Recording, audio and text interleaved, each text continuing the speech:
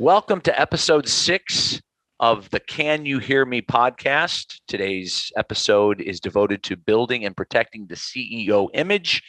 Is it a me brand or a we brand? You know, with companies more focused than ever on their corporate reputations and brands, how the CEO builds his or her brand has never been more important. Social media, press releases, blogs, and other thought leader outlets are available to you. So what kind of leader do you want to be and be seen as? Are you a me brand leader where your public image is based upon what you are doing? Or are you a we brand leader shining the light on and building up members of your team? There's no right or wrong way to do it, but these strategies are starkly different. So we thank you for joining us as we take a critical look at this important topic. And we want to let you know that Can You Hear Me is a podcast devoted to best practices in communication strategy. My name's Rob Johnson. I'm a former TV anchor, and for the last several years now, I've been president of Rob Johnson Communications, my communications consulting firm. And hi, everybody. I'm Eileen Rochford. I'm CEO of marketing strategy and public relations firm, the Harbinger Group. Happy to be here with y'all today. Absolutely. You know, there's a strategy to building a CEO brand, and it doesn't happen by accident. According to Mackey CEO Forums, there are 6 ways that a CEO can enhance his or her image and build something sustainable. Define the major results that you want to achieve in the next 12 months in your professional life. Define major results that you want to achieve in the next 12 months in your personal life.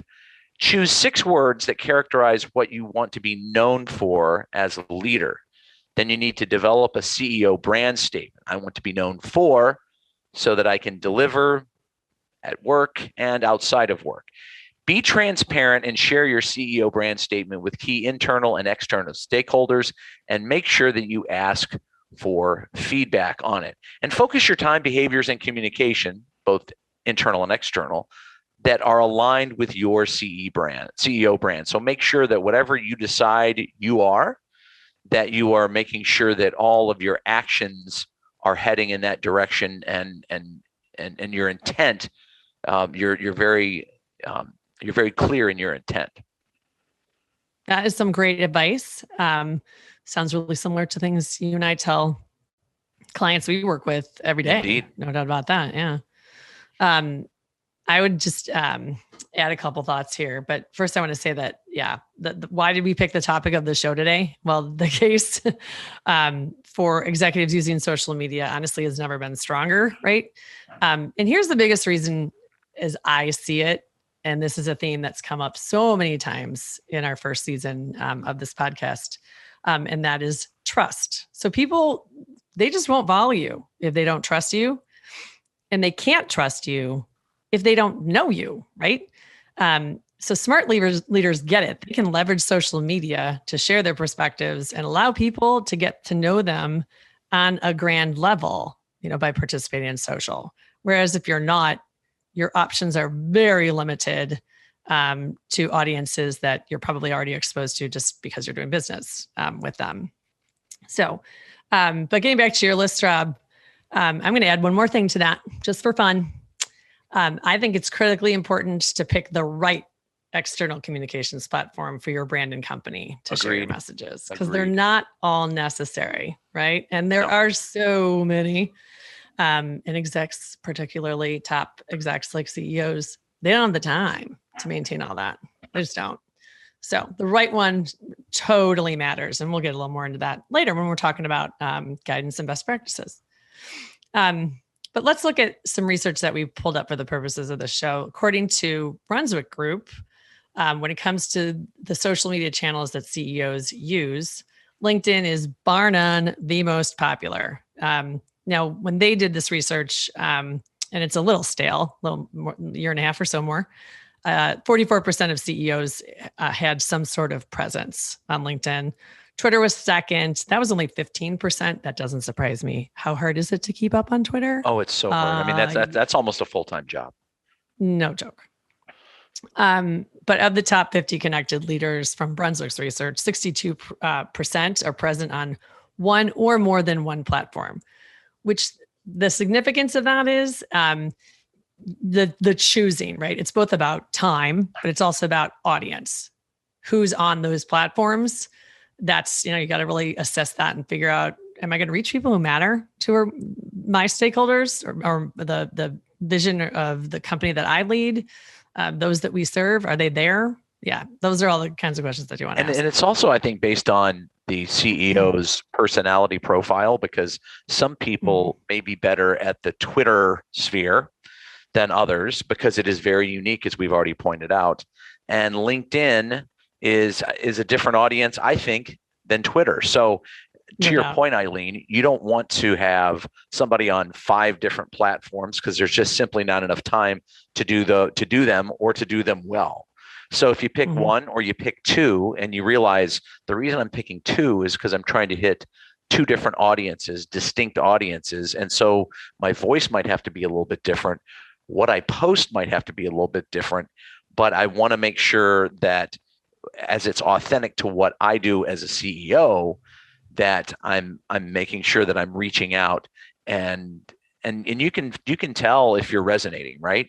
You get feedback from different people, you get a retweet, or you get somebody that likes your comment on LinkedIn, and you get the engagement that you want. And you can sort of figure out, okay, this one's my 1, here's my 1A or 2. And that's how you can go about doing that. Yep, for sure.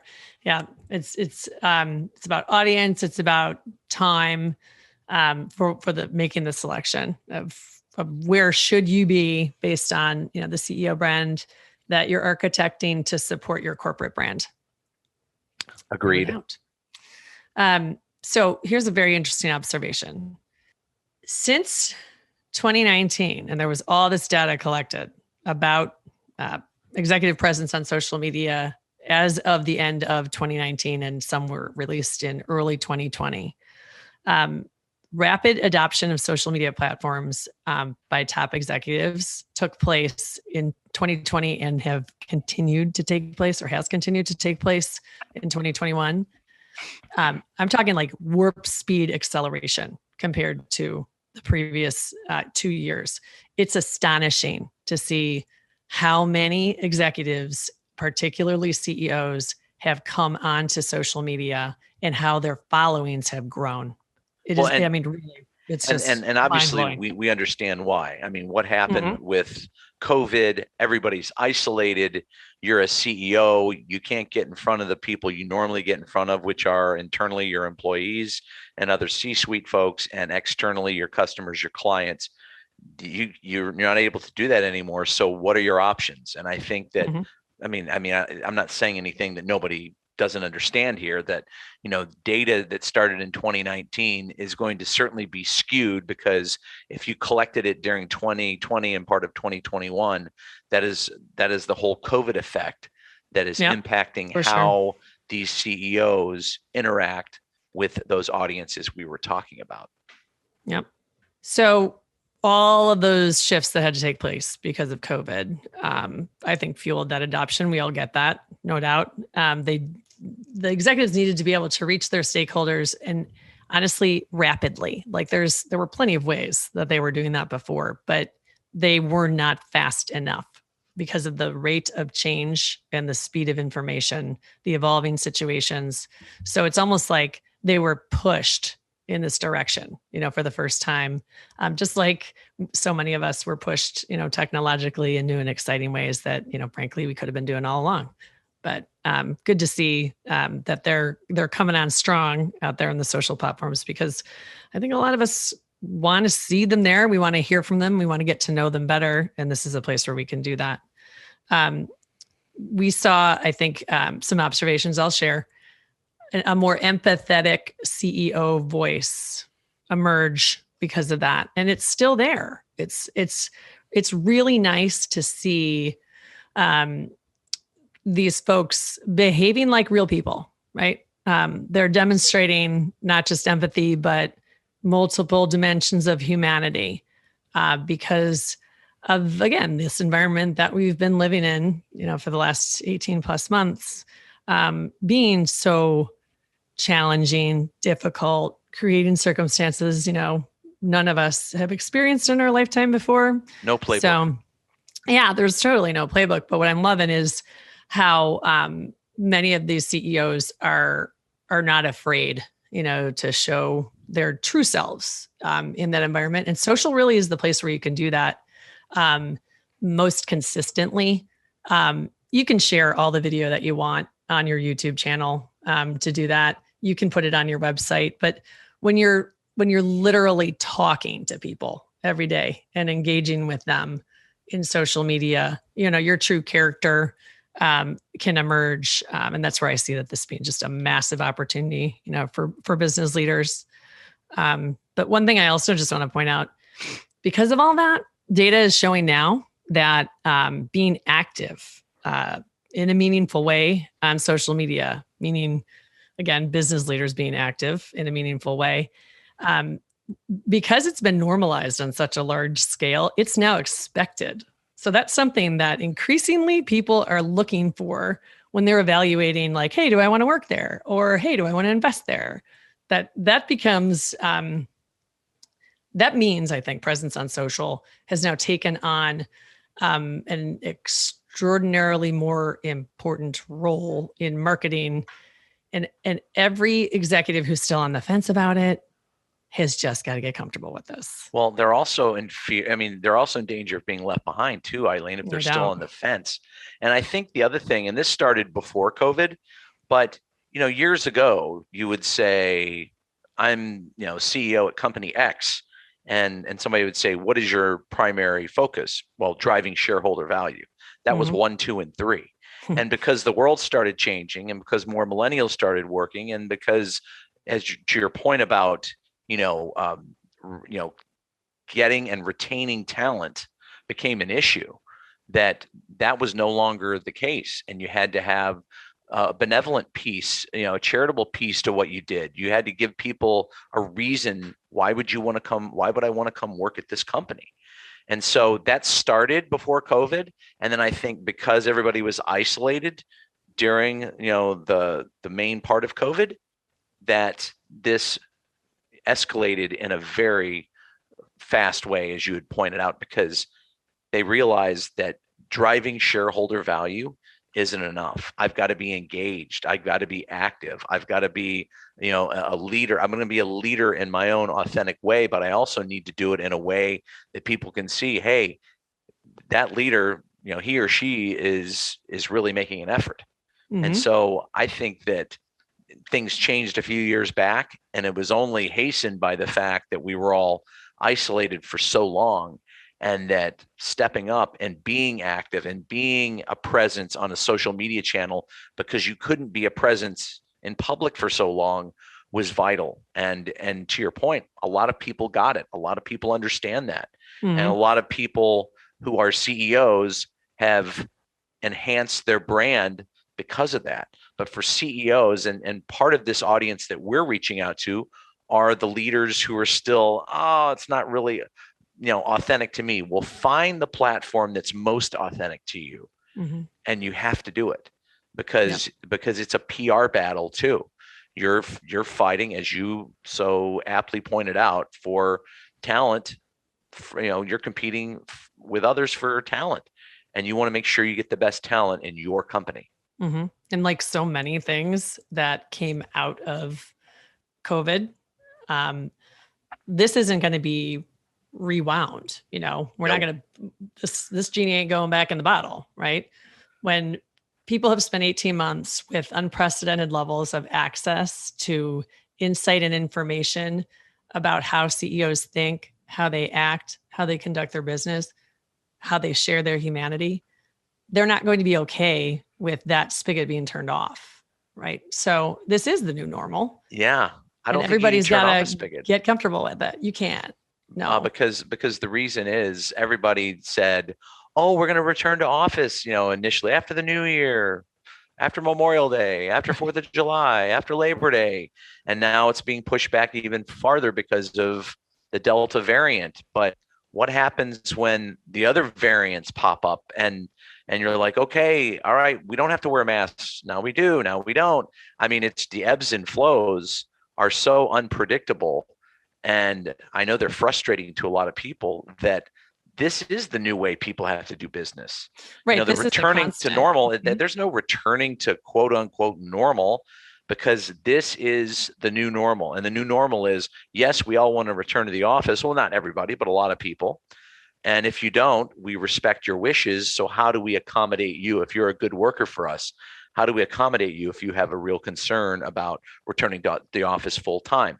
These are the things that CEOs need to communicate, and these are the things that CEOs need to be aware of. And the best way to do it is through social media, because you're not having staff meetings in the office in a major way right now. You're just not. Mm-hmm. Yeah, it's new times all around, isn't it? But that's good. I think there are so many opportunities that have come out of the year and a half that we have been through that excite me personally, and I hope that most executives are going to take that perspective or viewpoint and realize these are good things. So being on social media as a business leader doesn't have to be a massive drain. So it's all about perspective, right? How they approach it too. Like if you're uncomfortable, great. Well, then get at the essence of why and think about how you make this accessible to you as a leader. That's in a way that's comfortable, that, drives value for all of your stakeholders. And I think it's doable in every situation. People who are resistant right now, I think really may not be successful in 3 to 5 years. I think that just may be, a world's passed you by kind of situation, and maybe you need to step aside. That's just my viewpoint on it, as a professional communicator. And let's be honest about this too, Eileen. The other piece that we have to think about here is when you're going on social media, if you're a CEO, you're not giving away the keys to the kingdom. You're not sharing, the inner workings of your company and the most tightly held strategy. You're letting people see what you want them to see. So not for a second are we suggesting that, oh, you have to be so transparent that everybody knows everything. At the same time, this is a communications, this is a PR issue, and you're letting people see what you want them to see, quite frankly. And when it comes to the humanity that you were talking about earlier, somebody's posting a picture of their family on Facebook or an event they went to, and it may not have anything to do with the corporate dealings of your company, and it may just be showing that you're a really nice woman or nice man. That's what you're letting people see. Mm-hmm. So when we're talking about all of this, yes, it is imperative. Yes, the times have changed. Yes, you have to let people get a little snapshot of what's going on, but we still understand it's a little snapshot. It's not, here's our strategy in totality or anything like that. No doubt.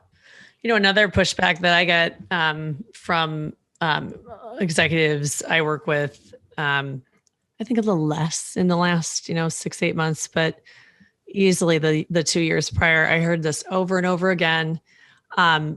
It's not about me, right? Which is interesting. And there's one more piece to it that I want to add.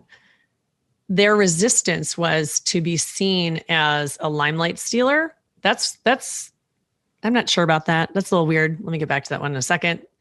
And they're also resistant to sharing personal information about, say, their families, their kids. Sure. Of course, that's off limits. Everybody gets that. I mean, occasionally you might share a family photo or share something special. Maybe your kids joined you in one of your community involvement activities with the company. That's totally okay, right? Not inauthentic in any way. So the family piece, I understand. You totally need to dial that back and keep that under protection. I totally understand that. But the whole I'm stealing limelight idea, let's talk about that for a minute. Because honestly, that's just whack, right? There are so many ways that you can use your platform as a leader in business, meaning your social media platform and the actual thought leadership platform that you establish to shine the limelight on your company and your people and your values that have absolutely nothing to do with you as an individual leader, right? And frankly, in my opinion, when we talk about the we brand or the me brand, I believe the we brand is always the best way to go. the most successful CEOs on social, I believe, are we brand CEOs. And we're going to get into a couple of those examples. Yeah, we're going to talk about some of those examples a little bit later in this podcast about people that we have observed a little closer than the average CEO, because we have relationships with them who are doing a great job of the we branding, and it's authentic, and it does work. And so, yes, when you have your clients tell you, I'm stealing too much of the limelight, like that's nonsense, because we can give you examples of people that go on social media, LinkedIn, every day, for instance, Yep. and are always saying, hey, and like I said, we're going to talk about them in a few minutes, but they're doing it very well. So if a CEO says, I'm stealing too much of the limelight, that's not accurate. No. And yeah, that honestly, that's, I think that's a crutch. Yeah, I do. I think it's a crutch. I think that the discomfort is with something, the uncomfortableness, I guess, is with something new that they don't know how to do. Yeah. So, and it's a little bit scary too, because you're putting yourself out there. And as it related to the whole putting your family out there, I just know, having been a public figure for as many years as I was doing the TV thing, that everybody in that business was always concerned about, I don't want to put them out there. I don't want them to be subjected to any of the social media machinations that I am. And what I found over a period of years, I don't sit there and post 75 pictures of my family during a week or a month. But if it's something that we did together, I'm a whole lot more comfortable doing it now on certain platforms, like, say, Facebook.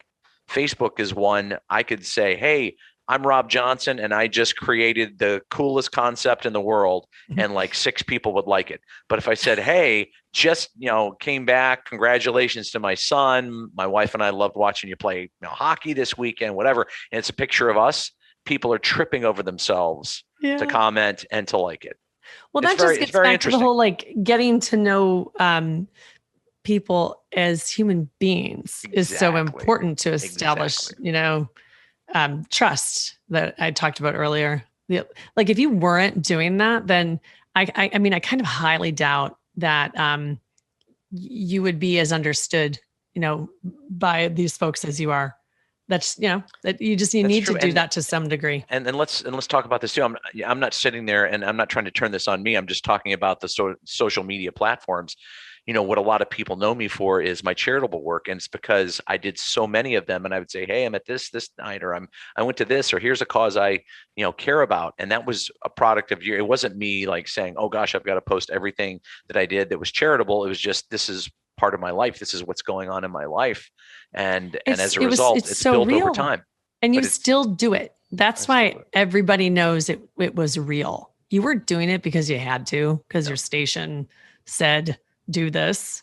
God, no. I mean, you could have kicked up your heels on a desk in between, the 6 o'clock and the 10 o'clock, but no, you went and did charitable events all over the city, which helped them raise money. I mean, I know people really, really, really respect you for that. It's also a great example of a way that any CEO, any business leader can share a personal dimension of their humanity on social media in a very credible and authentic way, as long as it's a cause that truly matters to them and that they're genuinely involved in. That's a great example. And you have to, and again, this isn't about turning the spotlight on me here. It's just to give an example of how sometimes you need to try it on for size. Okay, I'm going to post a picture of my family member, or I'm going to post a picture of this charitable event that I went to. That's something that I really believe strongly in. And your point about the authenticity is so important, Eileen. Yeah. But and you try it on for size, and then you say, oh, that went okay.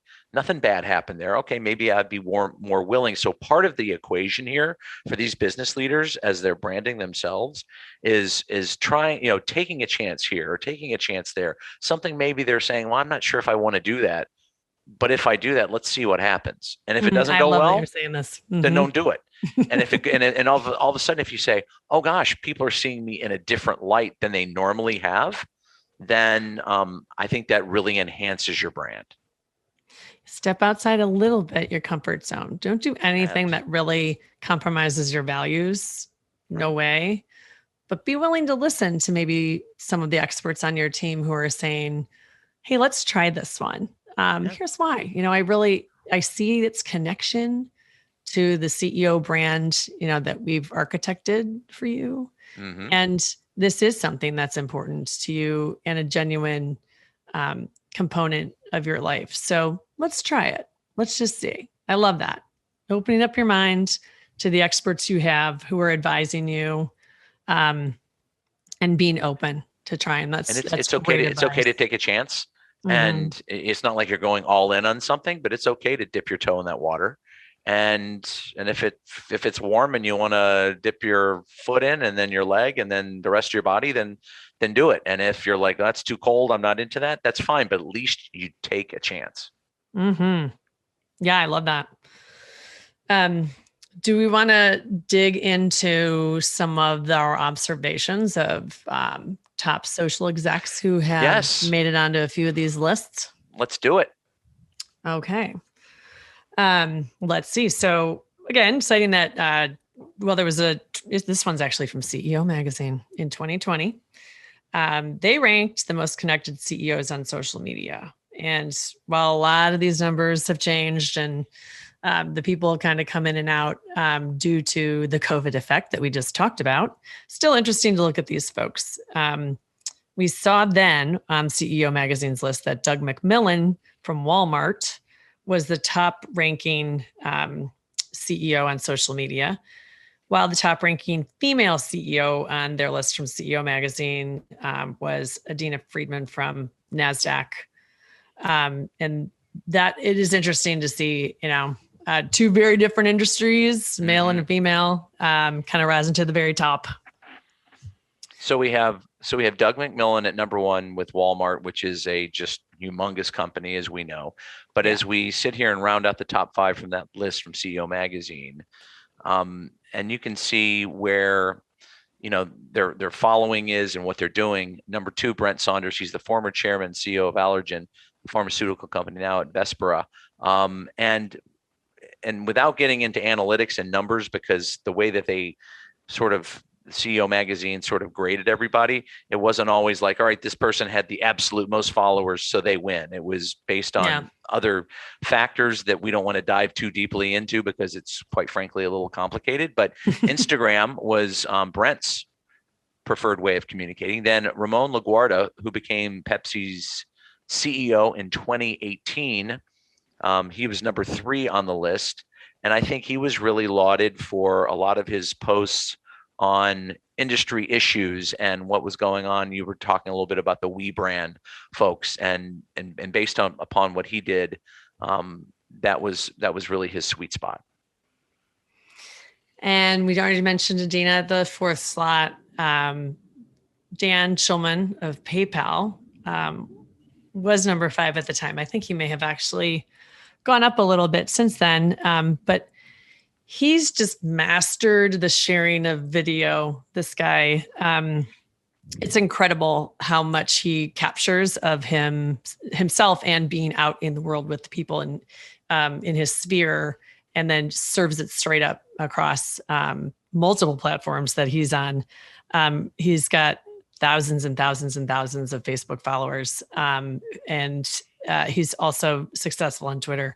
I'm just so amazed by how he is now, this year in particular, using his platform to talk about diversity and inclusion, ESG initiatives, the value proposition of the company to potential employees. And he's doing it all through storytelling and just kind of, I'm out here doing my job. And I met this person today and here's what she does. And here's what impressed me about her. So he's not, he is not a me guy. He's a we guy for sure. So. Well, and the other thing that he's doing well, not only is he doing it well, as you pointed out, doing the video, shining the light on various things as it relates to his corporate reputation through PayPal, but also he shares enough personal things too that everybody's like, hey, he's a normal guy. He's just like me, even though we know he's not just like probably any of us. But he has that great ability to do that. And as you were talking about video, and I know we've talked about it on other episodes as it was pertinent, but but that's such a key component. It's not like, oh gosh, there's video, I should be doing video. Not everybody has time for it. Not everybody has the talent for it. But for people that I think really embrace the video concept, they are rewarded in this world, in this social media world, the following, the influence, that sort of thing. I think they see that having this video is an extra layer of engagement that you don't get from, say, pictures. And pictures are better than just a white paper or, a blog or whatever the case is. So there's different levels of this, Eileen. No doubt. Yeah. Yeah. To everybody who's, on the fence about this or just starting out, I would say, just try it. That's going to be a theme of this whole episode. Try it. Your video doesn't have to be perfect. Frankly, on social, nobody expects highly produced video. If you do that, then you're actually kind of hurting your credibility. You just want to show the real stuff, in the moment. You don't want to look bad. You don't want to look silly. So you're careful of that. But striving for perfection in social is actually the opposite of what you are supposed to be doing here, right? So I think it's important to kind of throw that out, that not being afraid to share short video moments from, say, national conference, or if you were at ASU GSV last month, grab stuff, right? Just share those experiences in snippet moments. And they're like little snapshots into your world that people aren't going to get, No, it's so important. Don't strive for perfection. Because if you're waiting for perfection, if you're going to take 12, then the whole energy and the whole purpose has been missed. Right? Totally. Yeah. So that's and it starts to feel formulaic, when you're putting up produced stuff. Yeah. It really does. So meantime, the website built in says there's been a change in outreach strategy due to what it calls the ubiquity of social media, along with, cynical tech coverage in the media. So not only is it because of COVID, but it's these other factors too that have given rise to the go direct movement. In other words, platforms like Twitter and Instagram have enabled leaders to build a following by sharing their ideas and insights directly, instead of raising their profiles solely through interviews and, earned media, newspapers, magazines, television.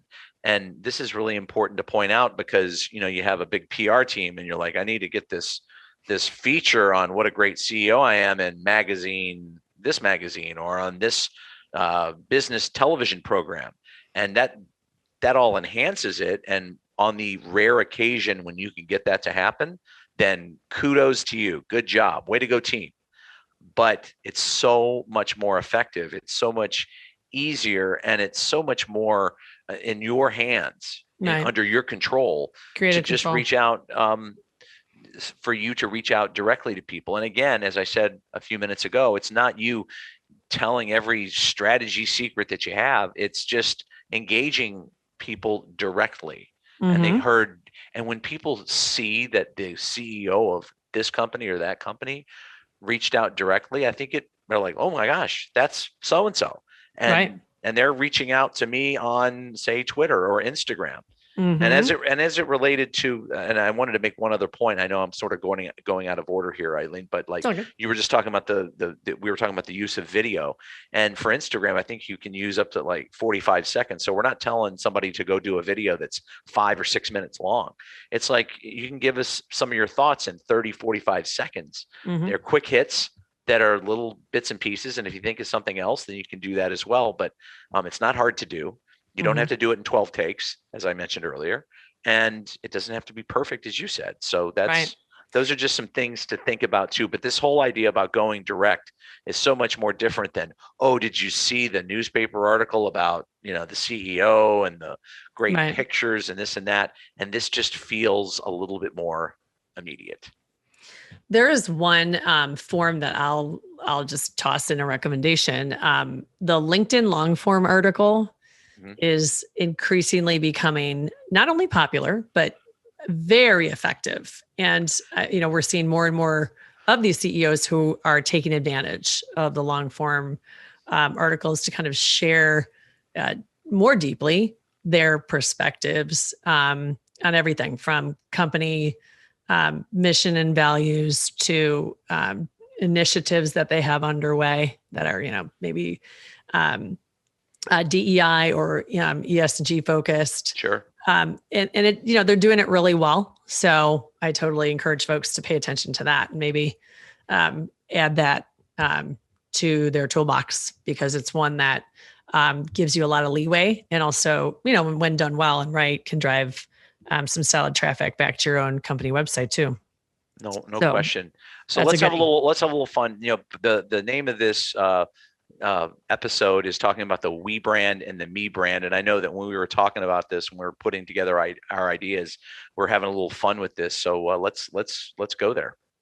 Awesome. Okay. So first subset is the we brand, CEOs whose presence on social media is consistent, but who largely spend their time or focus their lens on lauding the efforts of others inside their company or inside their stakeholder spheres.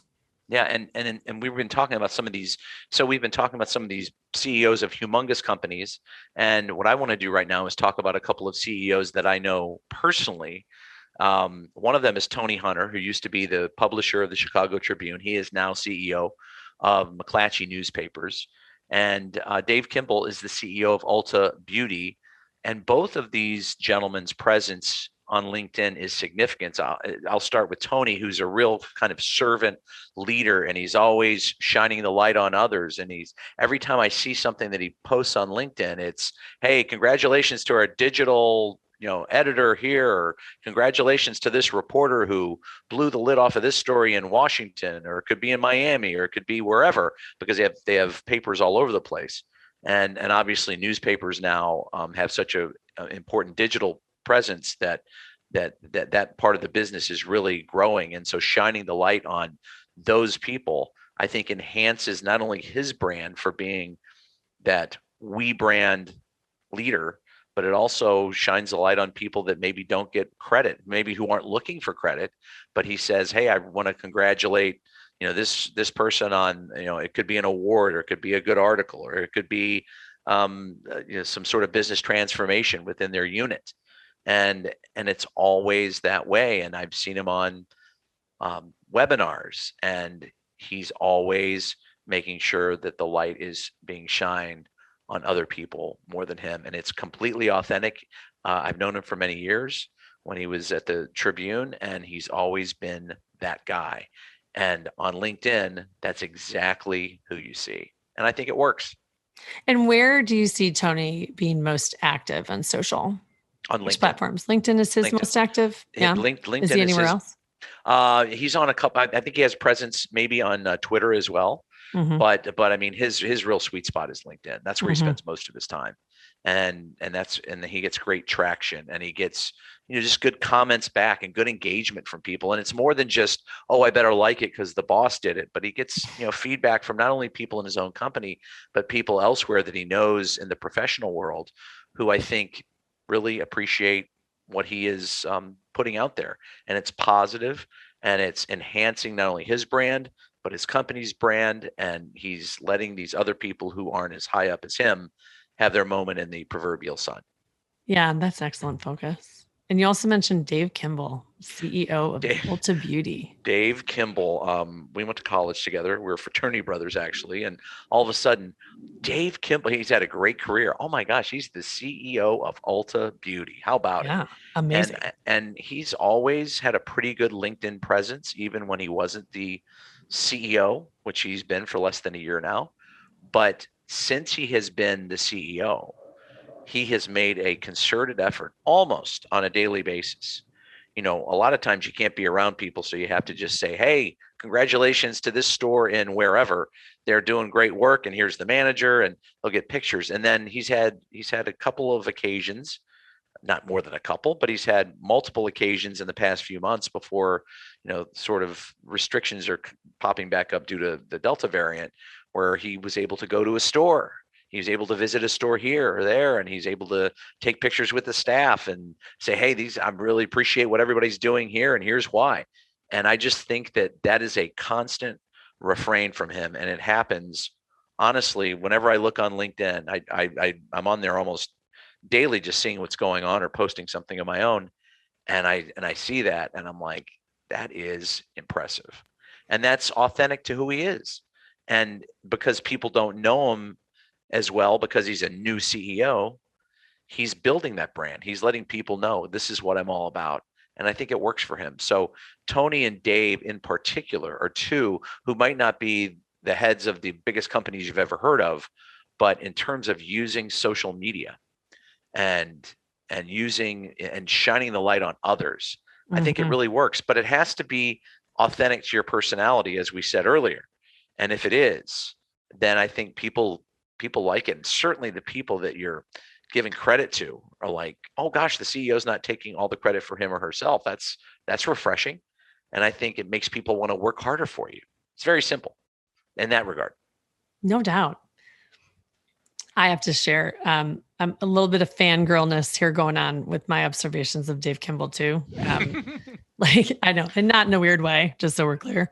I watched his rise. I worked with him very briefly, and this is quite some time ago, and got to know him and have had the utmost respect for him just as a professional.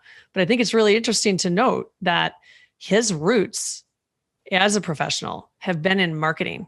Yes. And I think that has a significant influence on how he has approached his own CEO brand and the use of these various platforms, and not in a calculated way, just a very knowledgeable way. He's using them most effectively because I think he just understands them inherently in ways that many CEOs just don't. So he's got an advantage in that respect. No, it is. And it is nice and refreshing to see a guy from the marketing side ascend all the way, to where he has. And I think it's, and like you said, I think it's his understanding of not only the company he's running, but the way that he wants to be seen. And can we tease ahead to a couple of episodes? Is it okay to say this, you think? I think it is. Why don't you share the good news? Okay, well, he's going to be, Dave Kimball is going to be joining us on our show in 2 episodes. I believe it's episode 7. It's going to be episode 8. 8? Oh, 8. I can't wait that long. Darn it. Yeah, so a little less than a month from now, we'll have him on. We're very excited to have him and to talk more about this. And the reason we're talking about him so much right now is not because we're trying to woo him. He's already agreed. He's already agreed. Right. But we're picked him because of what he's doing. Exactly. So we're very excited to have him here in 2 episodes, and we'll certainly let everybody know more about that. Yeah, I'm just so looking forward to that, because that will be kind of in the trenches. I'm an actual CEO. Here are the decisions that I've made about how I do this and why I've prioritized. And give you a little insight. I think that's interesting for people who are listening to be able to have access to people like that who can share those insights. Definitely. Okay, so let's talk about some of our me brand CEOs. Now, it's not that they're bad; they're just different. Right? Sure. I already showed my hand when I said that I believe that the We brand is the best brand of CEO, but there are some very effective me brand CEOs out there, of course, no doubt about it. This category is more of the cult of personality type of leader, if you will. They usually spend a lot of their time on Twitter. That seems to be a main or top channel of communication, and lots and lots and lots of time spent on there. I have 2. I'll say the first example that I have is Mark Cuban, owner of the Dallas Mavericks and Shark Tank regular. Yeah. He's clearly a cult of personality brand. I mean, that's kind of what drove him, just his passion and his own drive, his personal drive. Really, that personality, that fire that lives in him is the brand in a lot of ways, right? That's what we all see.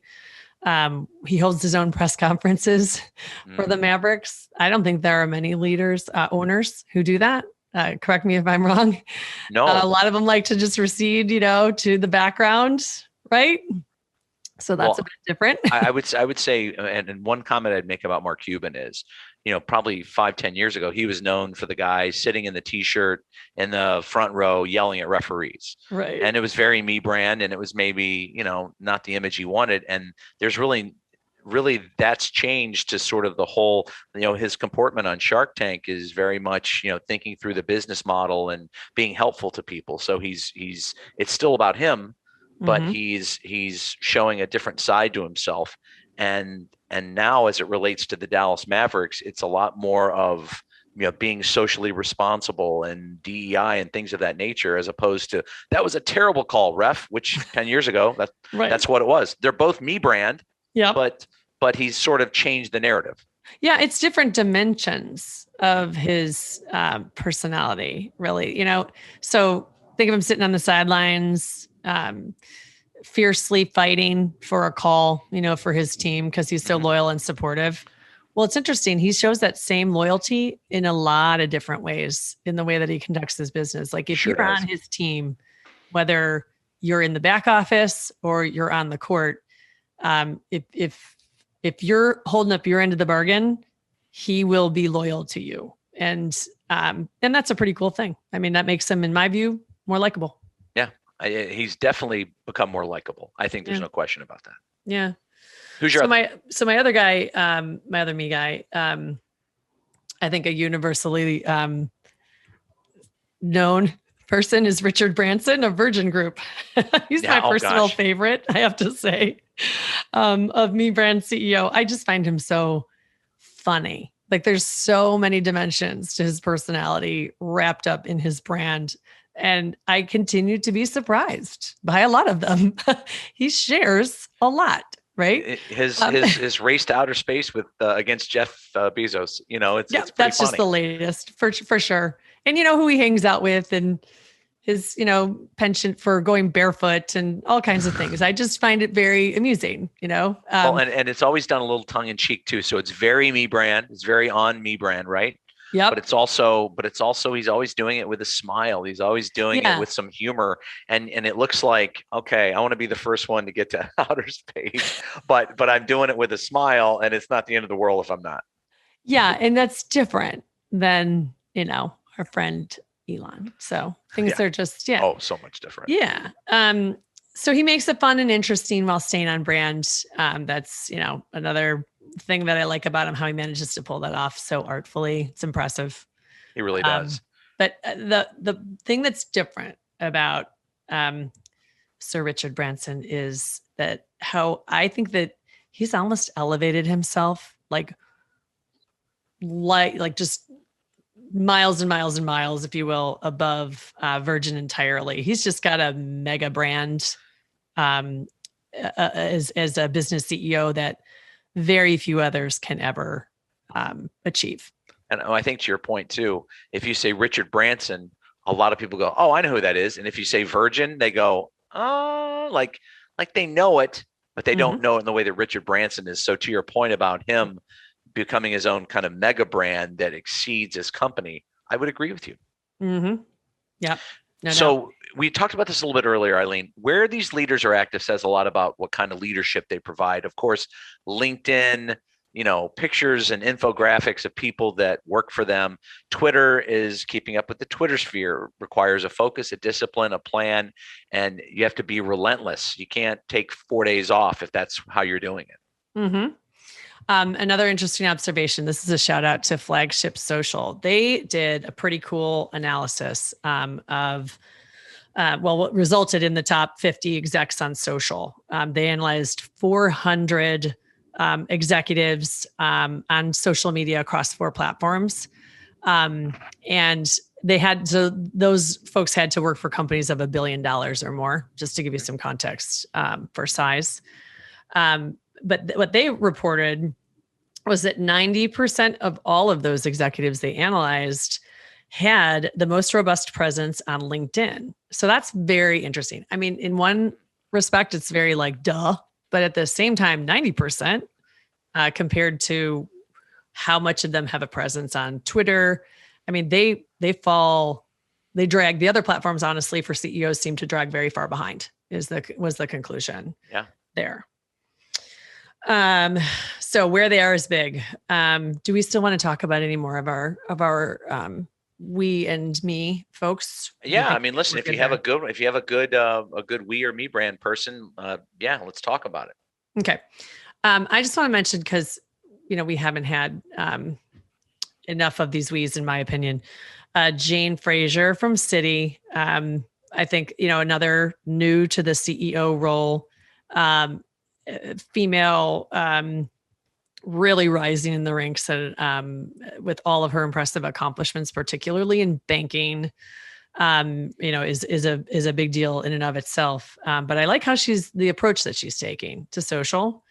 Her posts consistently focus on issues that are, it's like they're of broad significance, right? Kind of to the world.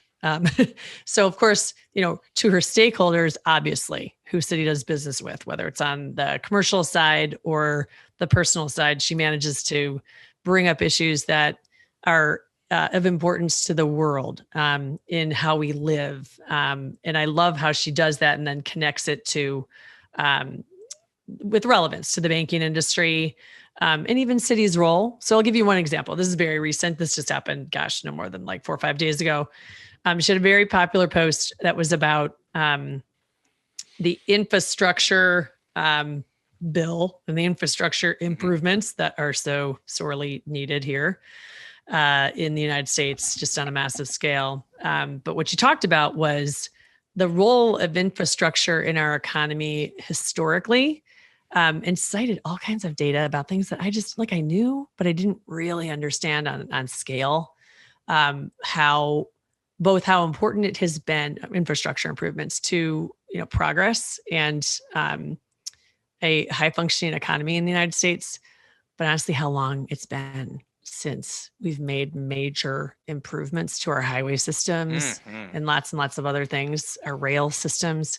She just kind of put a fine point on it. And when you think about it, she's CEO of Citibank. Like, why is she talking about an infrastructure bill? Well, she's doing it because there is a direct connection to fund all of the things that, were these projects that we desperately need.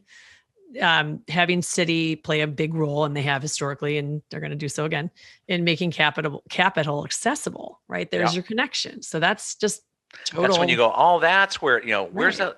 Okay, she's talking about infrastructure. She's going there. Why is she going there? It is authentic to her brand. It is authentic to her, but it's, hey, because we're going to help fund a lot of this. Yeah. And why that's important. Yeah. Yeah. So I just I like how she's doing it, but I'll also just say kind of the key learning to extract from that is it's finding, when you do this as a leader, finding kind of compelling, engaging subject matter that is not just about your company, right? Yes. You got to tell the story from the outside perspective, more so like from the person you're speaking to. Yeah. I agree. So, and just do it in a credible way. That's a big reason. So what about the Glassdoor effect?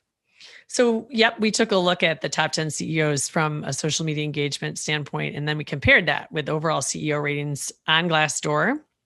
So the social media list that we've already referenced, that only had 10 CEOs on it, but the only CEO that was in the top 10 and on Glassdoor's list of the top 100 rated CEOs was Ed Bastian of Delta Airlines. He came in at 10 on the social media list and 8 on Glassdoor's top 100.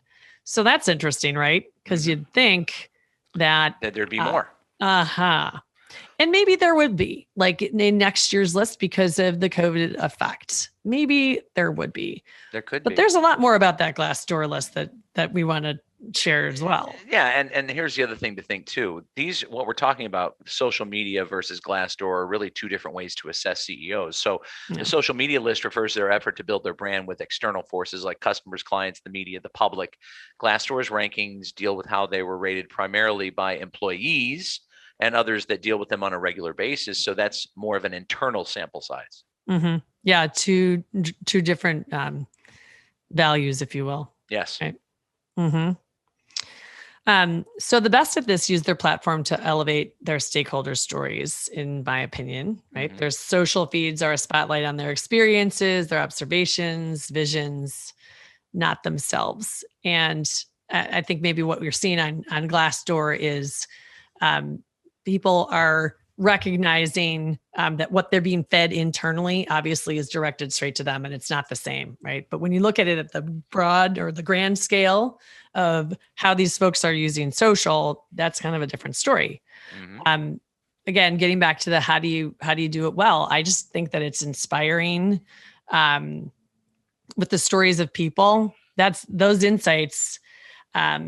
And how you're, as a leader, you're witnessing those folks doing their job, doing something special at work or even just out in the world. You got to strive for that. The best at this, what they share provokes new thoughts, new ideas from people like us. When we come into contact with what they're posting, if it makes me really think about something from a new perspective, that makes a huge impression on me. And that really creates respect for them, at least in my mind. Mm-hmm. But again, it's just, they may be sharing the information, but they're not the spotlight. And there's just something so wonderful about that. They're still painting a picture of their own character when they do that.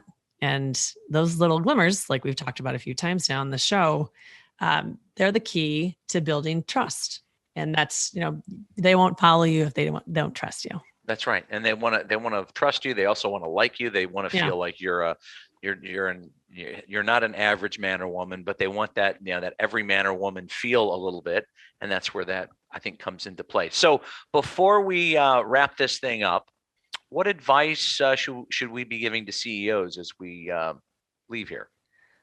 Well, I think, first of all, I would say, you just need to get comfortable with accepting that doing this, meaning being active on social media, on the platforms, that you've chosen as appropriate for you.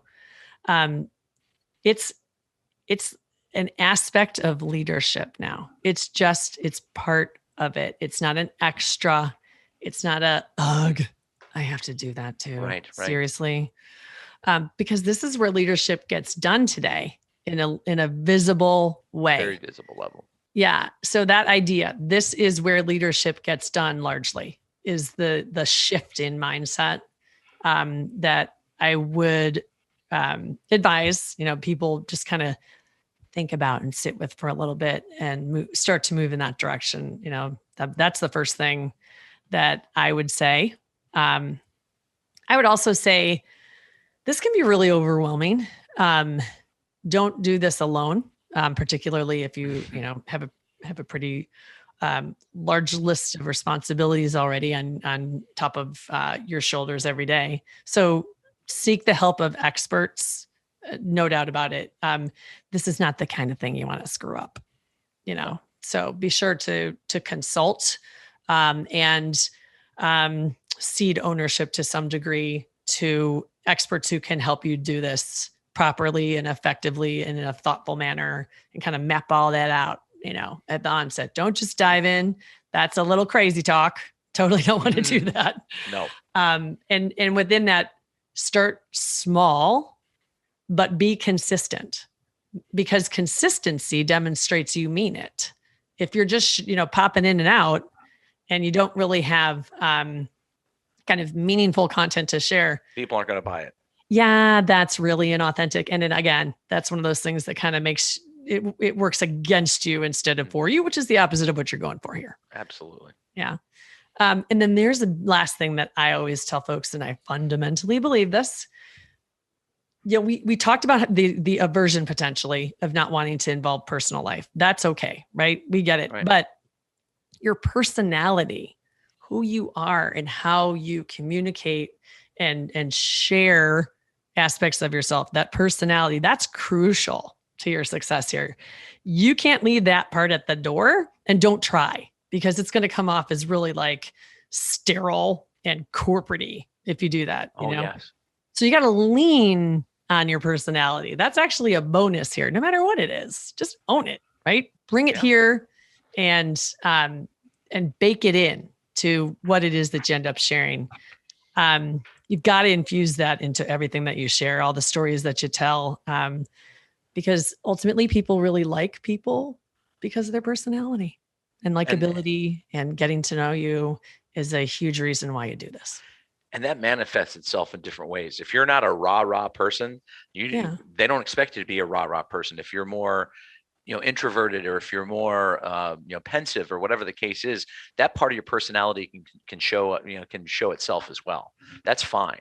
You just want to be authentic to who you are. So that's more deep level thinking, the things you brought up, Eileen. I want to give people a couple of real basic things for those C-suite executives who haven't quite, jumped on this yet and are like, but what do I do? How do I get going? Well, listen, just sign up as a user, whatever platform it is, wherever you're interested, wherever you think you might have an impact, sign up as a user, contribute to the discourse and interact with people. Somebody reaches out, hey, you're the CEO of whatever, you're the big boss at this company. You don't have to write them a book back, but a little engagement is really going to help and go a long way. And then we've said this on several occasions here, show the human side of your brand. Here's your brand, here's your company. You show a little humanity, it's going to go a very long way. And then show gratitude. It's not always about you. Sometimes you might think it is. You're like, oh my gosh, everything is coming in my direction, and how do I deal with all of this? But show gratitude not only to the people that you work with, but the people that are engaging you, the people that are taking an interest in what you're doing as a leader and as a brand ambassador. And establish yourself as an influencer. You might weigh in on a topic that you know very well. It might be on Twitter and they're talking about a certain issue, and you can be like, as CEO of this company, here's the way I see it. That is subject matter expert time. And yes, you can write a white paper. Yes, you can do a blog, things of that nature. You can have things released here and there, but in the most immediate way on social media, that's a great way to reach out if you're comfortable that it is speaking in your voice as well. And then provide updates. You said it earlier, Eileen, you can't just do it haphazardly. You can't do it when you feel like it.